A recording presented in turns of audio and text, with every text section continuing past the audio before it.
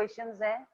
First type को हमने परसों वाली क्लास में डिस्कस किया था, जिसमें कॉइन और डाई से रिलेटेड क्वेश्चंस थे। उसके बाद जो है सेकेंड टाइप, कल मैंने आप लोगों से एक वीडियो शेयर किया था, जो कल वाली क्लास थी वो उसके थ्रू गई थी, और उसमें हमने क्वेश्चन डिस्कस किया था जहां पर हम 2 या 3 चीजें ड्रॉ कर रहे हैं लेकिन विदाउट रिप्लेसमेंट ड्रॉ कर रहे हैं। Today I am going to take a case where we are drawing the things without with replacement. कल विदाउट रिप्लेसमेंट का क्वेश्चन था, आज विद रिप्लेसमेंट वाले क्वेश्चन को लेकर जो है हम कंटिन्यू करेंगे। Now let us start with the question number 7. It states that 3 cards are drawn successively with replacement from a well shuffled deck of 52 cards. ठीक है, 52 cards का एक deck है। क्वेश्चन वही कार्ड्स वाला है जैसे कल किया था, कल 2 कार्ड्स का था, ये कितने का है, 3 कार्ड्स का है।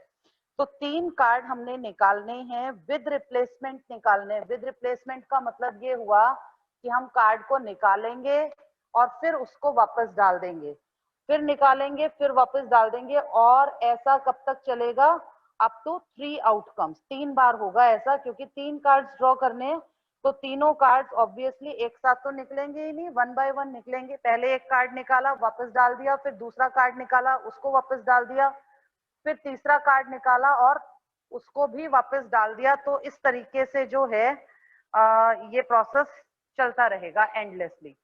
ठीक है, we have to calculate the probability for the random variable x which denotes the number of spades on 3 cards. तीनों कार्ड्स पर नंबर ऑफ स्पेड्स कितने आते हैं उसके रिगार्डिंग हमें ये क्वेश्चन सॉल्व करना है, and we have to determine the probability distribution of x। ठीक है, सो लेट अस सी कि क्या क्या गिवन है। We have been given 52 cards, number of cards कितने, 52। इसमें से ड्रॉ कितने किए हमने, we have drawn 3 cards one after another, एक के बाद एक लेना है, और विद रिप्लेसमेंट, रिप्लेसमेंट के साथ लिए। रिप्लेसमेंट के साथ लेने का मतलब हो गया कि हमने कार्ड को निकाला और निकाल के उसे वापस डाल दिया। हमें probability distribution number of spades का बनाना है, इसलिए हमारा जो रैंडम वेरिएबल x है, हमारा रैंडम वेरिएबल x आएगा number of spade cards obtain, कि हमने कितने स्पेड कार्ड्स को ऑब्टेन किया, वो नंबर हमारा x रहेगा। Since we have made 3 withdrawals, हमने 3 बार ड्रॉ किया है, तो 3 बार ड्रॉ करने का मतलब होता है कि क्योंकि हम 3 ड्रॉ कर रहे हैं, तो इट मीन्स कि क्या होना चाहिए कि x की वैल्यू 0 भी हो सकती है, x में बी इक्वल टू 1, x में बी इक्वल टू 2, और x में बी इक्वल टू 3।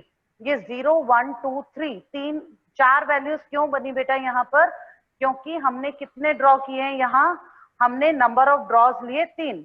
हो सकता है एक भी ड्रॉ में स्पेड कार्ड ना आए, हो सकता है एक बार में स्पेड कार्ड आए, हो सकता है 2 बार स्पेड कार्ड मिले, तीसरी बार ना मिले, या ये भी हो सकता है कि तीनों के तीनों बार हमें स्पेड वाला कार्ड मिल जाए। ठीक है, अब यहाँ पर बात आती है how to evaluate the probability of spade.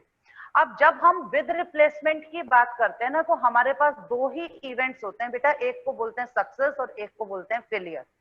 Success वो जो हमें चाहिए, फेलियर जो अपोजिट रिजल्ट होगा। मतलब हमें ये चाहिए कि हमें स्पेड कार्ड मिले, तो स्पेड कार्ड आना जो है ना वो सक्सेस में आ जाएगा, और स्पेड कार्ड नहीं आना जो है वो फेलियर में आ जाएगा। जब कभी भी हम विद रिप्लेसमेंट के क्वेश्चंस को डील करेंगे, हमने चीज को निकाला और फिर वापस डाल दिया, जितनी बार भी ऐसा होगा उतनी बार हर विड्रॉल पर 2 ही रिजल्ट्स पॉसिबल हैं हमारे लिए, और हर एक विड्रॉल पर 2 रिजल्ट्स कौन से पॉसिबल हैं, either it will be a success or it will be a failure. ठीक है, तो सक्सेस और फेलियर 2 ही चीजें होनी है। तो लेट, हमने अजम्पशन ले लिया कि एस है सक्सेस, सक्सेस यानी गेटिंग अ स्पेड कार्ड। हमने क्या मान लिया कि एस सक्सेस है, और सक्सेस का मतलब है कि हमें स्पेड कार्ड मिलेगा, गेटिंग स्पेड कार्ड। तो अगर हम सक्सेस की प्रोबेबिलिटी निकालें, तो सक्सेस की प्रोबेबिलिटी क्या होनी चाहिए, हर बार एक कार्ड ड्रॉ कर रहे हो ना, अब स्पेड कार्ड होते हैं 13, तो फेवरेबल आउटकम्स आएंगे 13C1 और टोटल आउटकम्स आएंगे 52C1। वाई C1, क्योंकि हर ड्रॉ में हम सिर्फ एक कार्ड को निकाल रहे हैं, एक कार्ड निकाला फिर वापस डाल दिया, फिर एक निकाला फिर वापस डाल दिया। तो हर एक ड्रॉ में हमारे पास सिर्फ और सिर्फ एक ही कार्ड निकल के आ रहा है और स्पेड कार्ड्स का नंबर होता है 13। तो फेवरेबल आउटकम्स 13 में से आएंगे, टोटल आउटकम्स 15 में से आएंगे। तो ये आ गया 13/52 यानी कि 1/4। और जब आप फेलियर की प्रोबेबिलिटी लोगे तो obviously probability of failure will be 1 minus probability of success and it will be equal to 3/4। तो सक्सेस आना यानी 1/4 और फेल होना यानी 3/4। Now let us calculate the probabilities 1 by 1। सबसे पहले हम लेंगे probability for x equal to 0। अब x इक्वल टू 0 का मतलब क्या हुआ? x इक्वल टू 0 का मतलब ये हुआ कि probability of getting no spade card at all, एक भी स्पेड कार्ड हमें नहीं मिला। तो क्योंकि हमें एक भी स्पेड कार्ड नहीं मिला, इसका मतलब पहली बार में भी फेल हो गए, दूसरी बार में भी फेल हो गए, तीसरी बार में भी फेल हो गए। ठीक है ना? क्योंकि हमें स्पेड कार्ड एक बार भी नहीं मिला। एक बार भी स्पेड कार्ड नहीं मिलने का मतलब हो गया कि we have failed in each and every attempt. तो ये आएगा प्रोबेबिलिटी ऑफ FFF। अब क्योंकि हमने रिप्लेसमेंट कर दिया तो हर एक ड्रॉ इंडिपेंडेंट हो गया ना दूसरे ड्रॉ से, डिपेंडेंसी तो खत्म हो गई। डिपेंडेंसी खत्म इसलिए हो गई because we have replaced the card each time after each withdrawal. हर एक विड्रॉल के बाद हमने रिप्लेसमेंट किया है। तो x इज इक्वल टू 0 के लिए प्रोबेबिलिटी क्या आएगी? Probability of no spade card. No spade card का मतलब failure failure failure each time. 3 बार थे, तीनों बार f। तीनों बार f की प्रोबेबिलिटी आएगी PF into PF into PF। और तीनों बार जब आप f की प्रोबेबिलिटी को मल्टीप्लाई करोगे तो you will get 27/64। Let me record the values on one side of the board ताकि हम इसे फ्यूचर में यूज कर सकें। तो what is the probability for x equal to 0? The probability for x equal to 0 comes out to be equal to 27/64। ये first probability आ गई हमारे पास। अब इसके बाद आती है बात सेकेंड केस की। सेकेंड केस की बात करें तो सेकेंड केस में क्या है हमारे पास?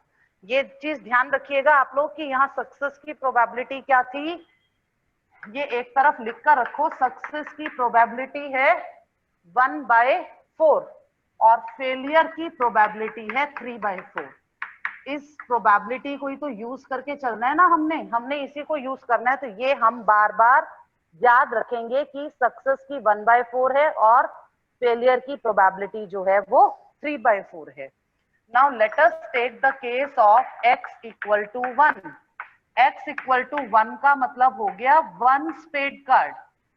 जब स्पेड कार्ड एक आया, ड्रॉ तो हम 3 किए थे, तो 3 ड्रॉ किए थे, स्पेड कार्ड एक ही बार आया तो 1 स्पेड कार्ड ओनली हुआ ना। इसका मतलब क्या है? Probability of 1 success and 2 failures.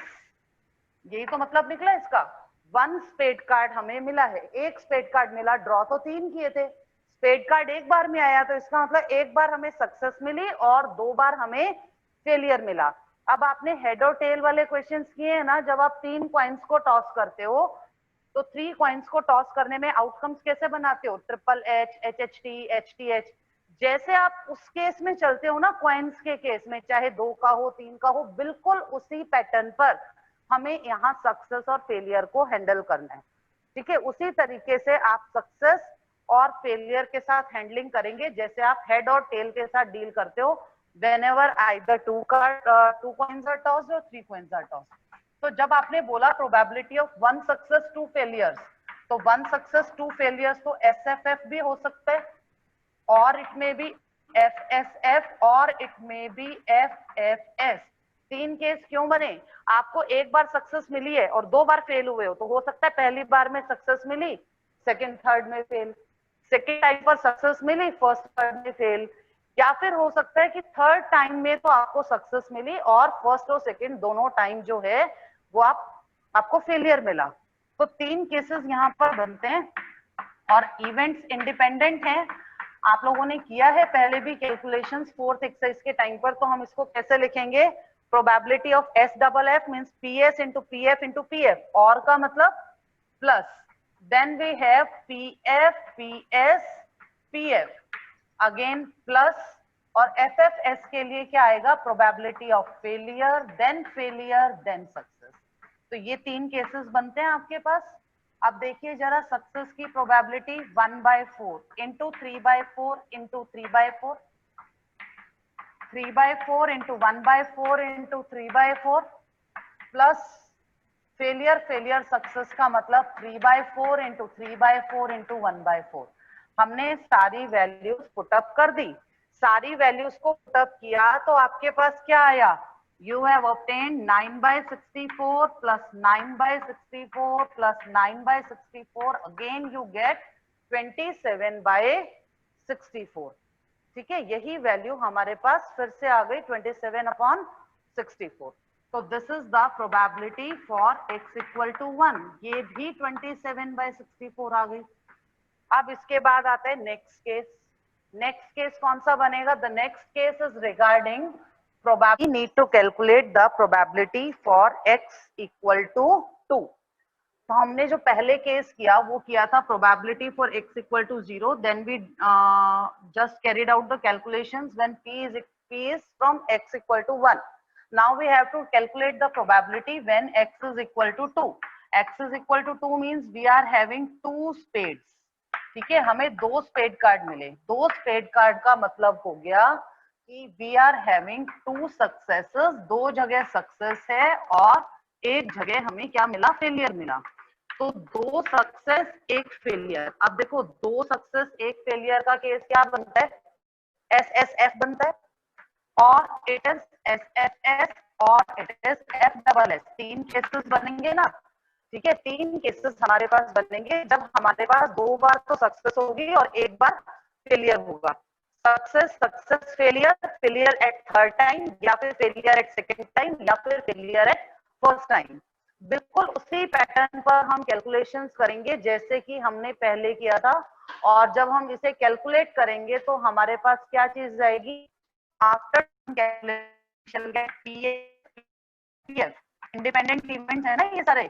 तो सक्सेस सक्सेस फेलियर पीएफ, और का मतलब plus success then failure then success, फिर plus probability for failure probability for success into probability for success.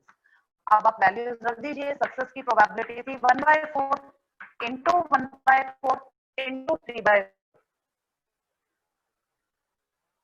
Plus 1/4 3/4 into 1/4 plus 1/4 into 1/4 into, शायद मैंने ना, success तो ठीक है, फेलियर की 3/4 आएगी और यहाँ पर फेलियर की आएगी 3/4 इंटू 1/4 इंटू 1/4। तो कुल मिलाकर ये आया 3/64 plus 3/64 plus 3/64 which is equal to,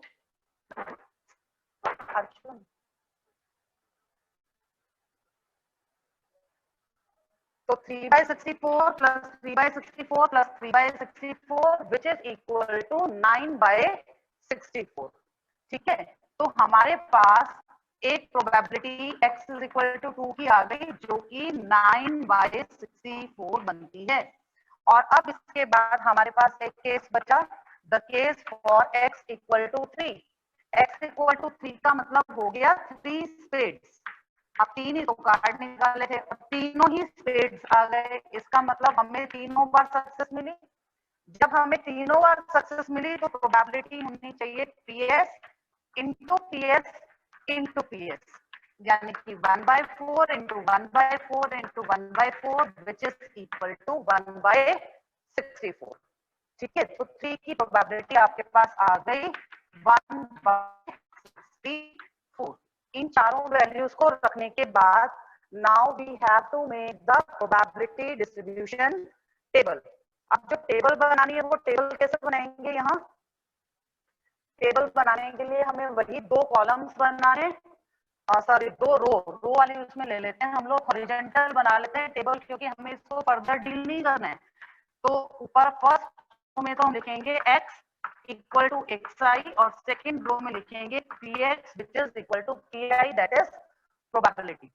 तो 0, 1, 2, 3 ये 3 केसेस हैं. 27/64, 27/64, 9/64 और 1/64. You can check that the sum is again 27 plus 27 plus 9 plus 1. कितना बना सम इनका? 27, 27, 54, 54 और 10 हो गया 64/64, that is 1. और इस तरीके से ये जो क्वेश्चन है हमारा ये कंप्लीट हो जाता है. तो ये प्रोसीजर रहता है जब हमें क्वेश्चन करना है विद रिप्लेसमेंट. कल जो मैंने करवाया था वो था विदाउट रिप्लेसमेंट. जब आप विदाउट रिप्लेसमेंट ले रहे हो तो आप कॉम्बिनेशन वाला मेथड यूज करो. जैसे मान लो इसी क्वेश्चन की मैं अगर बात करूं ना, जो क्वेश्चन अभी मैंने बताया कि x is 0, 1, 2, 3 और हमें विदाउट रिप्लेसमेंट लेना है, तो इसमें क्या चेंज आएगा वो चेंज एटलीस्ट आप समझो जरूर. क्योंकि अभी जो क्वेश्चन मैंने जस्ट पूरा किया ये क्वेश्चन किसके लिए था? It was for with replacement. Now I am discussing the same question again for without replacement. अगर हमें विदाउट रिप्लेसमेंट लेना होता ना, तो जब मैंने लिखा probability for x equal to 0, इसका मतलब हो गया no spade card. No spade card का मतलब हो गया 3 अदर कार्ड्स, यानी कि बाकी के उसमें से 3 लेने हैं. और 3 अदर कार्ड्स का मतलब कितना हो गया? अदर कार्ड्स कितने होते हैं? Other means other than spade. अब स्पेड के तो होते हैं 13, तो 52 में से 13 को निकाल दो, 39 बचे ना, तो ये आएगा 39c3 अपॉन 52c3. ठीक है, 39c3 अपॉन 52c3. 39c3 यानी 39, 38, 37 अपॉन 52, 51, 50. अब इसका कैलकुलेशन करेंगे तो ये 0 वाला केस सॉल्व हो जाएगा. फिर जब हमें विदाउट रिप्लेसमेंट में 1 का करना होगा तो हम क्या करेंगे? ये आपको मतलब क्वेश्चन आपकी बुक में था नहीं, मैंने जस्ट आपको समझाने के लिए लिया. जब हम 1 की बात बोलेंगे ना तो हम बोलेंगे कि 1 स्पेड कार्ड. 1 स्पेड कार्ड का मतलब होगा 1 spade and 1 other. 1 spade and 2 others. ठीक है, अदर में से 2 वाले आएंगे. तो 1 स्पेड यानी 13 में से 13c1, 2 अदर यानी 39 में से तो 39c2 डिवाइडेड बाय 52c3. इस तरीके से निकालेंगे. फिर आगे हमें इसकी कैलकुलेशन करनी है. जब हम लेंगे नेक्स्ट केस कौन सा वाला बनेगा? नेक्स्ट केस बनेगा probability for x equal to 2. 2 का मतलब हो गया we are having 2 spade cards. अब 2 स्पेड कार्ड्स हैं तो ऑब्वियसली 1 अदर कार्ड हो गया ना. 2 स्पेड वाले हैं और 1 अदर वाला है, तो 2 स्पेड 13 में से 13c2, 1 अदर 39 में से यानी कि 39c1 डिवाइडेड बाय 52c3. और जब आप बोलोगे x इज इक्वल टू 3, तो 3 का मतलब हो गया we are having 3 spade cards. तो जब आप 3 स्पेड कार्ड्स लोगे तो स्पेड के तो 13 होते हैं, तो ये बनेगा 13c3 upon 52c3. And we shall just calculate the values and put it in the probability distribution table to form the required probability distribution. मतलब हमें क्वेश्चन की स्टेटमेंट को बहुत ध्यान से देखना है. कई बार क्वेश्चन में बहुत इतना ही फर्क होता है एक विद रिप्लेसमेंट और एक विदाउट रिप्लेसमेंट. और आप जरा कैलकुलेशन चेक कर लीजिए. जो हमारा प्रीवियस क्वेश्चन था उसकी कैलकुलेशन बहुत इजी थी, इसकी कैलकुलेशन उतनी इजी नहीं है. आप इसे कैलकुलेट करेंगे ना, they are going to get very large values. ठीक है, तो जब भी आपको प्रोबेबिलिटी डिस्ट्रीब्यूशन का क्वेश्चन मिलता है, अगर आपको उसमें कुछ ऐसा दिया गया कि यू हैव ड्रॉन 2 थिंग्स और 3 things and then you are expected to form the probability distribution, तो सबसे पहले आपने यही चीज नोटिस करनी है कि ड्रॉ वाला क्वेश्चन है तो ये विद रिप्लेसमेंट का है या विदाउट रिप्लेसमेंट का है. अगर विदाउट रिप्लेसमेंट का है तो कॉम्बिनेशन वाले मेथड से चलेगा, जैसे मैंने अभी बताया या जो कल वीडियो शेयर किया था उसमें था. अगर विद रिप्लेसमेंट है तो वैसे होगा जो क्वेश्चन मैंने जस्ट अभी आज पूरा करवाया आपको. तो इन्हीं 2 बातों का डिफरेंस आपको ध्यान रखना है. प्रोसीजर का अंतर आ जाता है सॉल्व करने के. ठीक है, बाकी इन क्वेश्चंस में ऐसा कुछ भी नहीं है।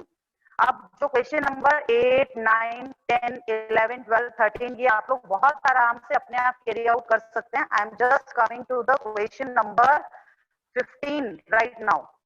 ठीक है, 15 क्वेश्चन पर आते हैं। 15 क्वेश्चन को करने के बाद ठीक है, 15 क्वेश्चन भी मैं नहीं बोलूंगी क्योंकि 15 क्वेश्चन भी थोड़ा सा लेंदी है। I am going to take question number 16 directly. Question 16 पर आ जाइए। क्वेश्चन 16 थोड़ा छोटा है, इसको एक बार देखिए जरा कैसे, क्योंकि हमारे पास जस्ट 5 या 7 मिनट्स और होंगे इस क्लास के, और उसके बाद जो है वो क्लास हमारी ओवर हो जाएगी। So let us take the question number 16। Question 16 में आपको एक टेबल दी गई है, और ये जो टेबल है इसमें इधर x लिखा है, इधर tx लिखा है। 0 पर प्रोबेबिलिटी है k, 1 के लिए प्रोबेबिलिटी है 3k, 2 पर प्रोबेबिलिटी है 5k, then for 3 it is 7k, 4 की प्रोबेबिलिटी है 8k, 5 पर प्रोबेबिलिटी है 11k, 6 के लिए प्रोबेबिलिटी है 0। ठीक है, इस तरीके से ये टेबल आपको दे रखी है। 7 पर आता है k और 8 के लिए आता है 3k। ये आपको रैंडम वेरिएबल x का प्रोबेबिलिटी डिस्ट्रीब्यूशन दे दिया। क्वेश्चन है फाइंड k। आपको सबसे पहले k की वैल्यू निकालनी है। ठीक है, उसके बाद you need to find the probability for x less than 3। एक तो ये चीज है, आपसे ये पूछा है x less than 3 की प्रोबेबिलिटी बताओ, और सेकेंड पार्ट में आपसे पूछा है what is the probability for x between 2 and 5, कि अगर x की वैल्यू 2 और 5 के बीच में है तो फिर क्या वैल्यू आनी चाहिए।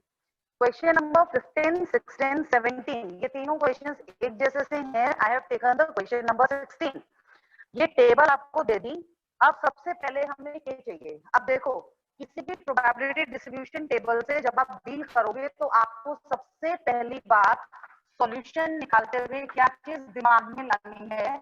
You have to write that we know that sigma pi is always equal to 1 in every probability distribution table। आपको कोई भी प्रोबेबिलिटी डिस्ट्रीब्यूशन दिया जाए, हर प्रोबेबिलिटी डिस्ट्रीब्यूशन में सभी प्रोबेबिलिटीज का जो सम होता है वो हमेशा 1 आता है। क्योंकि सबका सम 1 आता है, सिग्मा पी आई 1 आता है, तो आप यहाँ पे शुरू हो जाइए जरा। k plus 3k plus 5k plus 7k plus 8k plus 11k plus 0 plus k plus 3k, सबका सम कितना आना चाहिए 1। आप जरा टोटल ले लो, 1 और 3 4, 4 और 5 9, 9 और 7 16, 16 और 8 हो गया 24, 24 और 11 हो गया 35, 35 और 1 36, 36 और 3 39। तो आपके पास आया 39k इज इक्वल टू 1। ठीक है, हमें क्या मिला, 39k की वैल्यू 1 मिल गई। 39k ही आएगा ना, एक बार चेक कर लीजिए। 1 और 3 4 और 5 9 और 7 16 और 8 24 और 11 35, 35 के प्लस के 36 के और 3 के 39 के।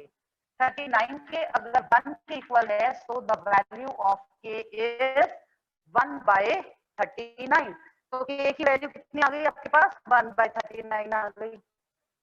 अब k की वैल्यू 1 बाय 39 आने के बाद अब आते हैं हम अपने पार्ट नंबर 1 पे। हमसे पूछा what is the probability for x less than 3। ठीक है, एक बार k की वैल्यू आ गई, अब आपको x लेस देन 3 की वैल्यू बतानी है। अब x लेस देन 3 का मतलब जब x की वैल्यू या तो 0 होगी या 1 होगी या 2 होगी, ये तीनों केस फाउंड हो जाएंगे ना इसमें। तो probability for x less than 3 का मतलब क्या हो गया कि जो जहां भी x की वैल्यू 3 से कम है आपको वो केसेस लेने। तो x की वैल्यू लेस देन 3 इन तीनों केसेस में आती है ना, 0 1 2 में, तो हम 0 1 2 की टोटल प्रोबेबिलिटी को लेंगे।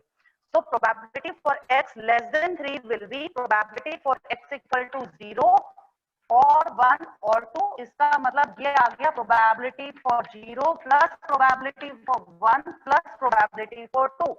0 1 2 की टोटल प्रोबेबिलिटी। अब 0 1 2 की टोटल प्रोबेबिलिटी आप देखिए टेबल से कितनी आएगी, 5k plus 3k plus k, तो ये हो गया 9k। ठीक है, 0 की वैल्यू k है, 1 पर 3k है, 2 पर 5k है, तो टोटल कितना आया आपके पास, 9k आ गया।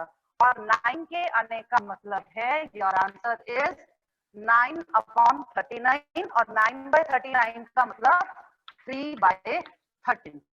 तो probability for x less than 3 कितनी आ गई, it comes out to be 3/13।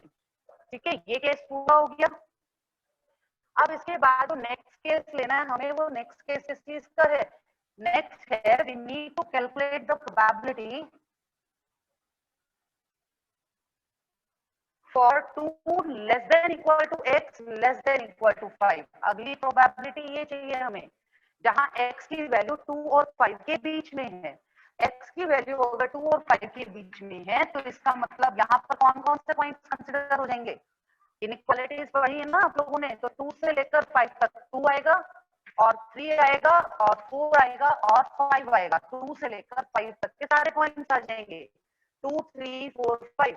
अब 2 3 4 5 का मतलब probability for 2 plus probability for 3 plus probability for 4 plus probability for 5, ये वैल्यूज बनती हैं।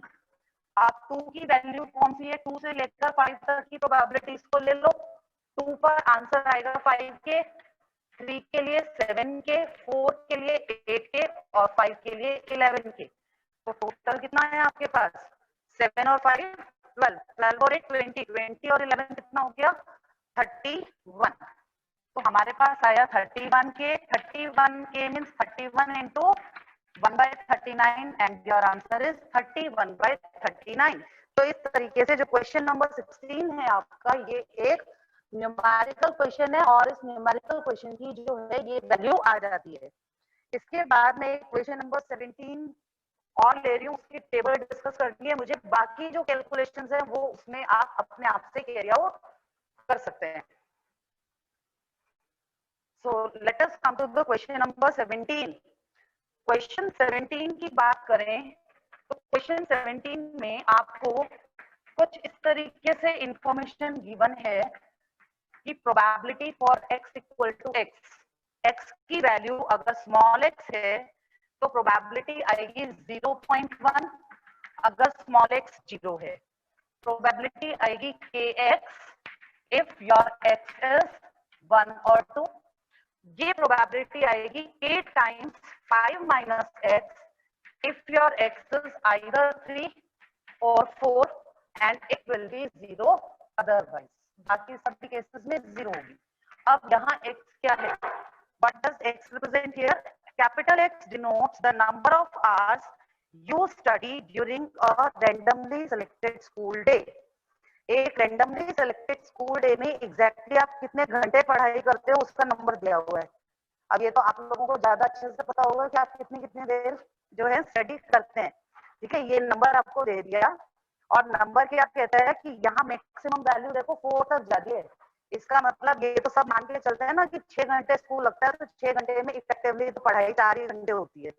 4 से ऊपर के लिए प्रोबेबिलिटी क्या दे दी, 4 से ऊपर के लिए अदरवाइज के लिए प्रोबेबिलिटी दे दी 0, यानी 4 घंटे से ऊपर तो कोई भी स्टूडेंट पढ़ता ही नहीं स्कूल में, तो मैक्सिमम 4 आवर्स पढ़ते हैं। अब उसमें भी प्रोबेबिलिटी की कैलकुलेशन जैसे जैसे होगी 0 आवर्स, मतलब ऐसे बच्चे जो बिल्कुल भी पढ़ाई नहीं करते, बस आए सुबह और ऊपर चले गए बिना पढ़े, तो वो आप ये सारा ना आप एक टेबल में फीड करो, टेबल में फीड करोगे तो आपको आंसर बेटर मिलेंगे। पहली वैल्यू x की कौन सी है, 0, 0 के लिए प्रोबेबिलिटी है 0.1। अब 0.1 का मतलब क्या हो गया, 0.1 को कैलकुलेट कर दो 10% आता है, इसका मतलब 10% स्टूडेंट्स ऐसे होते हैं जो बस आते हैं स्कूल में बैठते हैं चले जाते हैं, लेकिन स्टडी कुछ भी नहीं करते, खाली खाली आता है और खाली चले जाते हैं। तो ये तो हो गया 0.1। उसके बाद है 1 और 2 के लिए, और फिर है 3 और 4 के लिए। इससे आगे हम टेबल बनाएंगे नहीं क्योंकि अदरवाइज के लिए वैल्यू ऑलरेडी आपको क्या दे दी, 0। तो 1 के लिए वैल्यू कितनी है, when x is 1 then the value is kx। अब x की वैल्यू को पुट करो, x अगर 1 है तो k इंटू 1 ये वैल्यू आई k। जब आपको 2 रखना है, 2 के लिए निकालना है, तो 2 के लिए भी kx है ना, x को अगर आप 2 रखोगे तो 2 की प्रोबेबिलिटी हो जाएगी 2k। ठीक है, उसके बाद आ जाओ जरा 3 पर। जब आप x को 3 पुट करोगे तो 3 के लिए आपको ये वाला रिजल्ट यूज करना है k इंटू 5 माइनस एक्स। अब यहाँ आप x को 3 पुट कर दीजिए तो आ रहा है k into 5 minus 3, 5 minus 3 into k यानी 2k आ गया। और जब आपको 4 पुट करना है तो ये आएगा 5 माइनस 4 इंटू k यानी कि k आ गया। तो ये आपके पास प्रोबेबिलिटी डिस्ट्रीब्यूशन टेबल बन गई। इस तरीके से आप क्वेश्चन में गिवन इंफॉर्मेशन को टेबल में कन्वर्ट कर सकते हैं। आगे पूछा है what is the value of k। अब बताओ k कितना होगा। The first part is what is the value of k। Again we shall proceed by the same method. We know that sigma pi is always equal to 1. So 0.1 plus k plus 2k plus 2k plus k सबका total 1 होना चाहिए। So 0.1 plus 6k is equal to 1. तो 6k की value आ गई 0.9। ये 0.9 क्यों आएगा, हमने 0.9 को 0.1 को उधर ले जाकर माइनस कर दिया। तो k की वैल्यू कितनी बनी इस हिसाब से, ये आया 0.9/6। 0.9/6 यानी 9/60 और 9/60 का मतलब क्या हो गया, इट इज इक्वल टू 3/20। तो k की वैल्यू जो है आपके पास आ जाती है, you get that the value of k is 3/20। First part आपका कंप्लीट हो जाता है इसके साथ। अब जो इसका बी पार्ट है उसमें पूछा है what is the probability that you study at least 2 hours and at most 2 hours. Second part जो है उसमें फिर से 2 पार्ट्स बना दिए बी पार्ट में। बी पार्ट का जो फर्स्ट केस है हमें निकालनी है what is the probability that you study at least 2 hours. आप कम से कम 2 घंटे पढ़ाई करते हो। एटलीस्ट 2 आवर्स का मतलब है x should be greater than और इक्वल टू 2। ठीक है, कम से कम 2 घंटे यानी 2 भी हो सकता है, 3 भी हो सकता है, 4 भी हो सकता है। तो probability for x greater than equal to 2 लेंगे और x इक्वल टू 2 का मतलब क्या हो गया, x इज इक्वल टू 2 और 3 और 4। अब 2 और 3 और 4 का टोटल निकाल लीजिए कितना आएगा, ये आएगा 2k plus 2k plus k यानी कि 5k। और 5k का मतलब 5 इंटू 3/20 k की वैल्यू को पुट करेंगे हम यहाँ एंड वी शैल गेट 3/4। ठीक है, तो प्रोबेबिलिटी फॉर एटलीस्ट 2 आवर्स कितना आ गया आपके पास, it comes out to be 3/4। अब इसके बाद एक केस और भी है इसमें, और वो एक केस क्या दिया, you need to calculate the probability for at most 2 hours। आप मैक्सिमम 2 ही घंटे पढ़ाई करते हो बस स्कूल में। एट मोस्ट 2 का मतलब हो गया कि x is less than or equal to 2। x less than equal to 2 means x is 0 और 1 और 2। अब x जब 0 1 और 2 लेंगे तो it will be 0.1 plus k plus 2k, then it is 0.1 plus 3k। 0.1 का मतलब हो गया 1/10 और 3k का मतलब हो गया 3 इंटू 3 यानी 9/20। आप इसका एलसीएम लेकर कैलकुलेट कर लीजिए, the answer comes out to be 11/20। And with this question we come to the end of today's lecture as well as to the end of chapter probability. एक यूनिट पूरी हो गई। अब अगर कोई डाउट्स आप लोगों को हो तो मुझसे अलग से पूछिएगा। इसके